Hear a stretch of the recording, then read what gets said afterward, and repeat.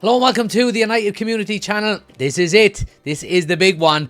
Manchester United at home to Lyon, and look, we've got to win. We've absolutely 100% got to win. Our season is over if we don't, and I think it's quite clear.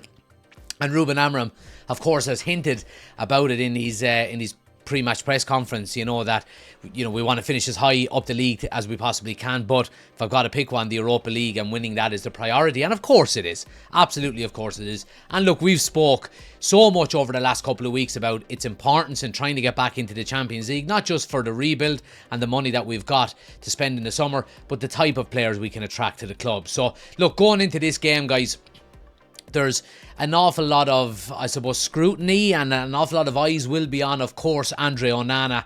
He is going to be starting the game. Ruben Amorim confirmed it in his press conference, and look, to be honest, I think the right decision has been made. I think on his day, and being there on his day, Andre Onana is a much better goalkeeper. The issue has been he's been making too many mistakes. And look, maybe the decision to leave him out of the Newcastle game on the weekend will be one that will clear his head a little bit.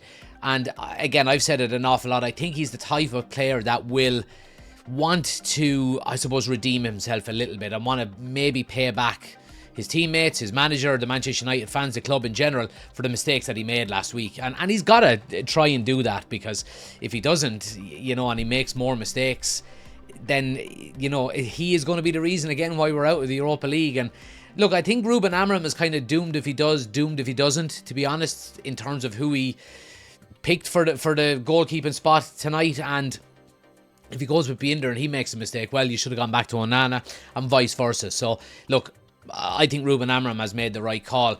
Defensively, guys, again, look, I do think there's going to be a lot of changes from the weekend. Obviously, he did play a weak inside against Newcastle, and that was down to the importance of tonight. I think Maguire comes straight back into the team, and it's probably going to be Mazraoui and Yoro. Again, they're the only three real fit, established centre-backs, to be quite honest with you. Wing-backs, look, of course, like it's going to be Delo and Dargu again. And again, look, Harry Amas made his debut on Sunday and, done nothing wrong for 55 minutes. But, I think it's back to Dargu for this game. Again, and we're going through a common theme here, and all the way up to the two number sixes, I don't think there's going to be any changes. It's going to be Casemiro and Ugarte again, I would presume. I think how Ruben Amorim set us up last week against Lyon was very, very positive, and I thought we played really well, and we should have won the game quite comfortably.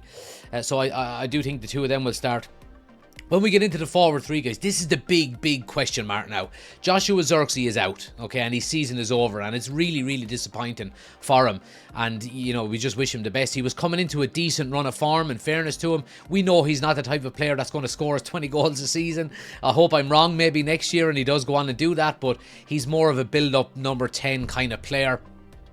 And, I mean, where does that leave us? It leaves us with two out-and-out attackers, really, between now and the end of the season, and that's going to be obviously Højlund and Garnacho. Now, Ahmad is back training on grass, so I think the main objective would be to get through this quarter-final, hopefully get into the semi-final, and you would hope maybe that Ahmad might be an option for the first, hopefully definitely the second leg, depending on how his rehabilitation is going. But do you start Rasmus Højlund as the number 9 up front? There has been some talk over the last few days since Zirkzee got injured. Maybe would Bruno play a false 9 role? Because he's done that under Ruben Amorim, and, it's been a little bit hit and miss, to be honest with you.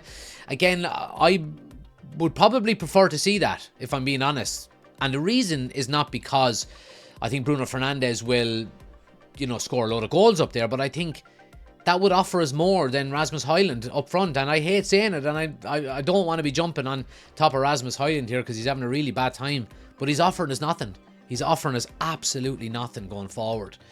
So maybe I think the call could be, this is what I would do, and maybe this is why I'm not Manchester United manager, but I would play Bruno on a false 9, and I'd have somebody like Kobbie Mainoo and Garnacho sitting just behind him in the two number 10s. And I think it could be really effective. I really do. And then maybe if you're a couple of goals up after 70 minutes, you bring on Rasmus Højlund just to put the ball in over the top and get him running onto it and running down the clock, stretching the game a little bit. But it's going to be really interesting to see. Let me know what you guys think as well in the comment section below. I want to know what you think.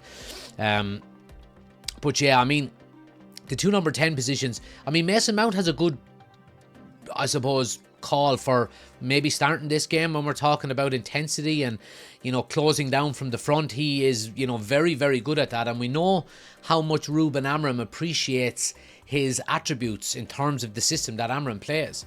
So I wouldn't be surprised if Mason Mount starts either, to be quite honest with you. I'd love to see Kobbie Mainoo come back in. He done well when he came on the other day and was instrumental for Xerxes' goal, winning the header back and nodding it down to Bruno Fernandes. But guys, this is a massive, massive, massive game. Our season depends on this. It really does. And there's a tifo being unveiled tonight at Old Trafford. It's the first time in history that we've done that. So it's one of them banners that hangs from the stadium, and yeah, it's going to be interesting to see what it is. We had the pyrotechnics before the Sociedad game a few weeks back, and you know, we've never seen them before either. So it's all about building a little bit of, I suppose, atmosphere in the ground and getting the team up for it and the crowd up for it as well. I just hope they time it right, because I was actually at the Real Sociedad game and all of the pyrotechnics went off about 3 minutes before the players came out. And everyone was riled up for it. But then by the time the players got out, everybody was kind of, you know, the buzz of it was completely gone. You need them going off as the players are coming out and unfurl the tifo before the players walk out of the tunnel. It's going to be an absolutely vital game for Manchester. I was going to say a blistering game, but then again, we just watched Arsenal and Real Madrid last night, and that gives you the real quality of a Champions League game. And again, I want to just touch on that a little bit. You see what happens when a manager gets time. You know, now they haven't really won anything under Arteta, but they're in the semi-final of a Champions League and playing some good football. So, you know, they're the benefits of sticking with a manager, and I think we need to do that with Ruben Amorim, regardless of how this Europa League campaign goes and regardless of whether we actually get into the Champions League next year or not. I'm buzzing for it. Guys, as you can see over on the screen here, it's been flashing up a couple of times. We're live tonight from 7:30. Make sure you're joining us for it. Absolutely vital game for Manchester United. Tune in, get into the comment section, hit the like and subscribe button. I hope to see you tonight. Come on, the Reds.